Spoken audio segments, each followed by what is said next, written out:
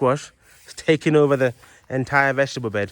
I know we need to do a bit more work on these, but we just haven't had the time really. Having moved in and just sorting ourselves out, it's been so hectic.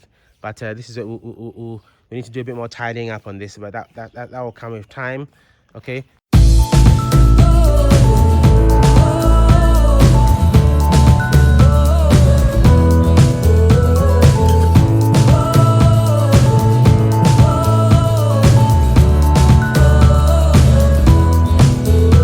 Hi guys, welcome to AsherGad channel, making Africa home again, one family at a time.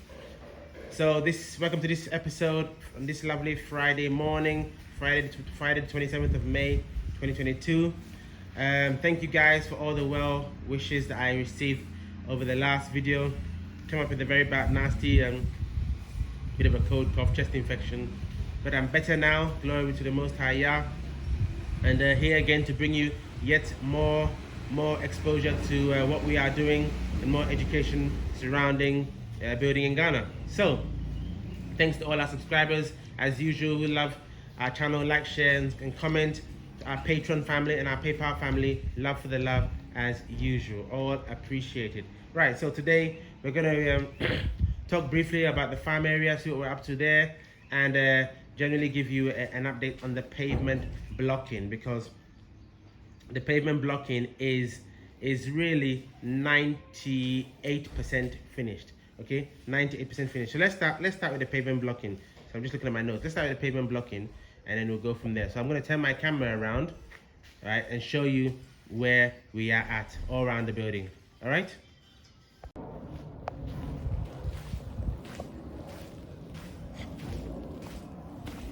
So here we are, guys.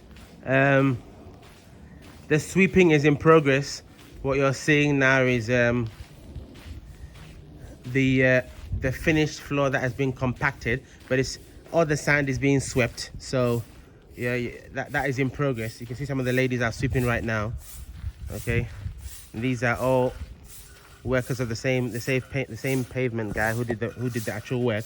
So it's all being swept, and all the sand will be removed, and it'll be washed down as well, which would be on purpose to get it all looking nice and fresh, which is cool. Let's see it over here. You can see it's all been done. They've also put a bit of concrete at the front, which is what we wanted here, which is very, very nicely done. Everything's nice and leveled. Yesterday was compacting, and it is very important to compact the land. After you do the pavement blocks, you have to compact. I'm sharing a video on your screen. You can see the guy going around with the compactor, compacting the blocks so that they're held firmly in place, and also that all the quarry dust is also trapped in between the blocks, if you like. As you can see here, yeah, all nicely trapped in between. Even after they sweep, it will still be trapped in between and held firmly in place. It's very, very difficult to remove these blocks. Okay, you can see the guy going around on your video. All right, let me go around the other side so you can see what it looks like as well. So we always had the gray borders between the building and the main compound. Okay, I'm looking forward to when it's all swept away and all the quarry dust is all gone and then washed away as well. To be honest with you, it's been raining so much that the rain will naturally wash this away, even if they didn't wash it away themselves. But I want it washed so that it looks nice on completion. It's very important. Yes, guys, don't forget, it's very important to make sure you leave access and maintenance is very important. So you see the access we've left here to this soil pipe. That's the cover there, and another cover there, and a couple of other covers here. Now these covers really, I'll call the plumber back, if I can be bothered, that is, to cut these, and really put the cover on so that it's level with the ground. That's where it shouldn't really be poking up like this. It should be level with the ground. Somebody asked me actually what these are for in one of my other videos. Now this here, as well as that one there, these are access to the soil pipes. The soil pipes that come from the toilets. So if for any unforeseen reason you have a blockage in your toilet's soil pipes that go to the septic tank, then that is an access point where you can open it up, put a rod down or any other mechanism to push the pipe clear or to clear the pipe. So that's what that is for. Again, access points. So whenever they're doing your pavement blocking, don't forget your access. So this pipe up here is one of the earths to the electric fence, which is very important. It can't work without it. This is the return path from the earth. And if you don't know how an electric fence works, you can click up here to watch a video that I did on the electric fence principles. So anyway, that's the earth, and the earth rod is down this tube here. You can barely see it because it's quite dark, but it's down there, and again, that's access. So that if I need to access it in the future for whatever reason, I just go down there without affecting my pavement blocking, and that is done. Again, that will be cut level with the block, so that it doesn't stick out. Here, this is our main building earth as well. A couple of earth rods down there as well. Again, same thing, access. We will cut this level with the ground so that it doesn't stick up like this, and obviously don't become a trip hazard for anybody else. If I can zoom in, I think you probably just about see an earth rod in there. Yeah, another unwanted substance in there, which I'll get rid of. So again, there's more of these soil pipe projections on the side here as well. Let's just go around and see what it looks like from this side. You can see all the finishing, all the bits and pieces have been done in between the edges and the compound. Okay, same thing here with the garden, along here and along here.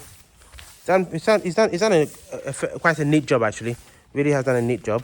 And he worked for my uncle a few years ago. That's how we took him on board. He's done a very neat job. Very happy with his work.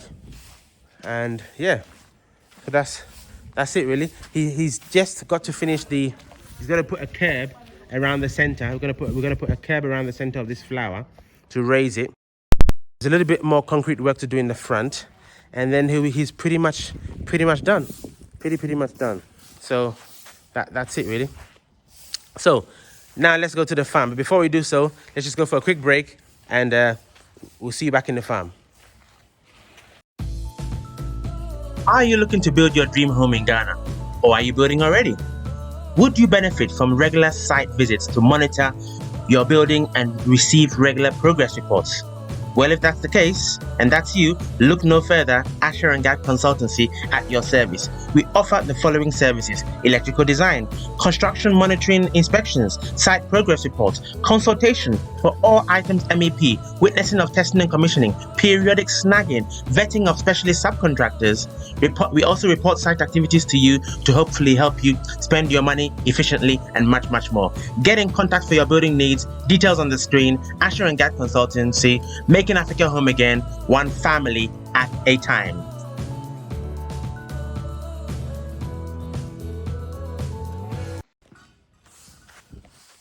Welcome back, guys. Welcome back. So here we are, just giving you a view of the farm area. We're fencing it off. Fencing almost done. That will be finished today or tomorrow. We're very happy with this fence. You know, some people thought that, you know, we would block our farm, but no, the fencing is transparent. You can see everything through the fence, and this will allow our dogs to roam about at night without us worrying about them destroying our crops. They already escaped and started to dig one of the vegetable beds, but luckily we hadn't planted anything there yet, so that was fine. I know some people were talking about, oh, why don't you use this electronic dog collar invisible fence thing, and well, we decided not to go down that route, to be fair. I googled them. I found them in a couple of places in Ghana, even though they were out of stock, but I don't really fancy those things. I've used all those things before. Those electronic gadgets that are supposed to get rid of mice, and you plug it in the wall, and those things that are supposed to. In the UK, we had issues with foxes, significant issues with foxes, and we bought some electronic gadgets, and they were supposed to get rid of the foxes. It worked for about probably 2 weeks, and that's it. They got used to it. Foxes even came more. So I've had enough of those smart gadgets. It haven't worked for me really. regarding mice or foxes in the UK. So I'm just going to go the old-fashioned way. I'm happy with this fencing. Fenced it all around. It's almost done. It'll be finished today. We're going to put some, if I zoom in a bit, we're going to put some plywood just sort of under here. Going to put some plywood just under this so that the dogs can't get under there. There will be a door entrance there. That's the door. That's the door line here. Door entrance, hinges and locks all will be fixed today/tomorrow, and that's cool. That's pretty neat actually. So really and truthfully, there was a comment that I saw a couple of videos ago, which I kind of chuckled at. Somebody said, "Oh, we haven't got enough greens on our plot. You know, it's all concrete." So as well, I don't think you've been a subscriber long enough or looked at the videos long enough. We have dedicated what is probably half a plot to a farm. What you're seeing there is half a standard plot in Ghana. Okay, a standard plot in Ghana is 100 feet by 70 feet. What you're seeing here is 60 feet by 50 feet. Okay, so that is more or less half a plot. Half a plot in Ghana is what? Is 50 by 70. So this is 60 by 50. So it's just 10 feet shy of half a plot. So it's a significant area dedicated to just farm. Okay, then obviously we've got all our planters in a row here, as you can see. Okay, then obviously we've got the grass area, lovely grass area in front here, on the side, and the flowers on either side. And obviously, let me take you outside, guys. I think you haven't seen outside in a while, so let's go outside. That's still work in progress, but you can see what it looks like. Obviously the rains have caused a little bit of puddles in the area, but not too much. We are blessed in the sense that it's quite dry in this area, quite high up, so we didn't have any of those significant floods. Our Indian trees planted, you know, 2 by 2, with some cactus or cacti, whatever the plural of that is, and a couple of other, I don't know if they're bougainvilleas or whatever they are, I'm not too sure. Okay, so that's what we've got happening there.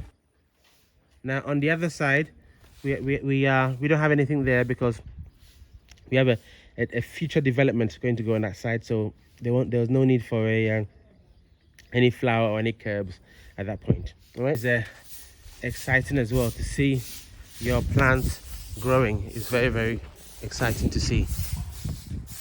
Okay.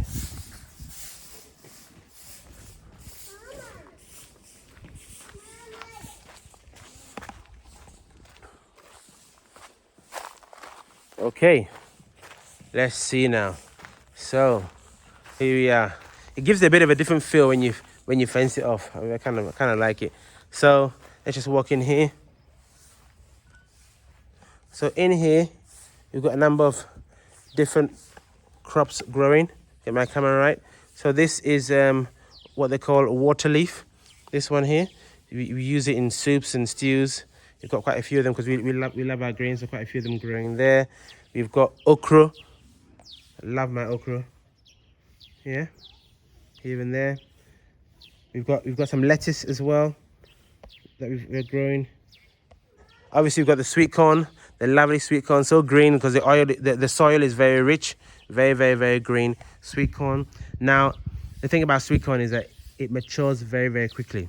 You know, give it 3 months, you're done. You can harvest, and away you go, all sorted. So once we uproot the sweet corn, we can replace with something else. Okay, we've got, I think that's a guava plant there. Okay, there's a grafted mango tree there that's growing. As you know, at the back we've got, let's go a bit forward. You can see, I know guys are talking about labeling stuff. Yes, and yes, I guess you can label if you want to, but Gad has grown all of these flowers through all of these crops throughout her life, so she knows what everything is. Hence she hasn't labeled them yet. But anyway, there you go. That's cocoyam here as well, which is doing very well. There's a herb. This herb is quite a medicinal herb. You can dry out and use it for teas. So that's what the purpose of that is. Then we have a few pineapples that are growing here around the edge here. Okay, if I zoom in here around the back where you can see this stick here is yams. It's supporting the yams growing up. And there's another one there, and a couple more because we've got yams planted at the back there. Obviously, got a couple of plantains, a couple of bananas. That's a nunum, which is very, very herbal, medicinal as well. We've got beans at the back as well, which you can't see from here. But let's go into the vegetable farm to see how that is getting on.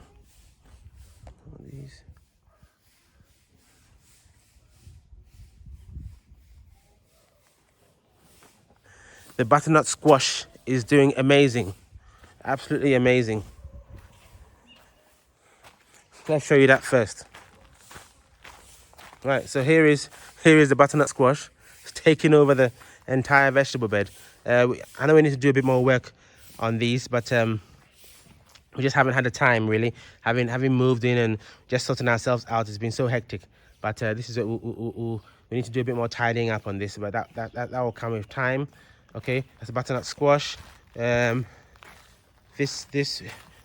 are peppers, but they didn't do too well. So we need to replant them. Here are tomatoes growing, which they're doing quite well. There's a tomatoes coming up. Oh, there's a tomatoes, and at the far end we've got ginger and onions, and they are also doing nice and coming up as well. There's another mango in between there, and an avocado tree somewhere. There's also a citrus. I can't remember off the top of my head which one this one is, but it's some sort of citrus fruit. There's an orange or a lemon. I can't recall exactly. And I know we've got beans in here somewhere as well. I think that's beans right there in between the sweet corn, which will obviously get uprooted. The sweet corn will get uprooted when it's time for it to be uprooted. Okay, so this is looking quite good. I really like this fencing off idea. Really, really brilliant. Obviously we've got the coconut, as you've seen already. The avocado, love me avocado. If you make this place, this is it. All right, this is a passion. This is passion fruit, right? And it's a climber. So the reason why one of the benefits of having this fence is that this passion fruit will climb all over the fence, all around the perimeter of the farm. In time, it will climb around. That's our plan for that. Another coconut here, and then this is avocado, and then this. Oh yes, this is one of my favorites, guys. This is one of my favorites. Very, very nutritious, and if you haven't had it before, you need to have it have it on a regular basis. This is soursop, okay? Grafted soursop. I have a picture of the fruit on your screen. Grafted soursop, absolutely awesome. Very, very, very nutritious. Grafted so that hopefully we can get our fruit in about 3 years time. Okay, that's the plan. All right, now this is Crystal's, or our family favorite African spinach, let's say. It's called ugu, scientific name on your screen, and it's used mainly by the Igbo people. And it's very, very nice. It's a lovely green sort of spinach, and we use it a lot in soups, in stews, and again, highly nutritious. Highly nutritious, absolutely.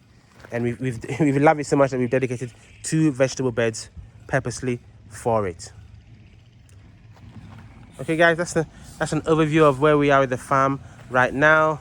I'm looking forward to this fence being completely done today, tomorrow, so we can unleash our dogs and they can have the freedom of the compound, especially during the night. All right, okay, guys, so that's an update regarding the pavement blocking in the farm area. I think I'd mentioned previously in another video that we're going to start a local artisan series, and the first up, I believe, will be the guy who did the pavement blocking. So if you're interested in this type of pavement blocking, you'll see him on your screens very soon. He'll describe what he does, how long he's been doing it, and it's going to hopefully be a great video.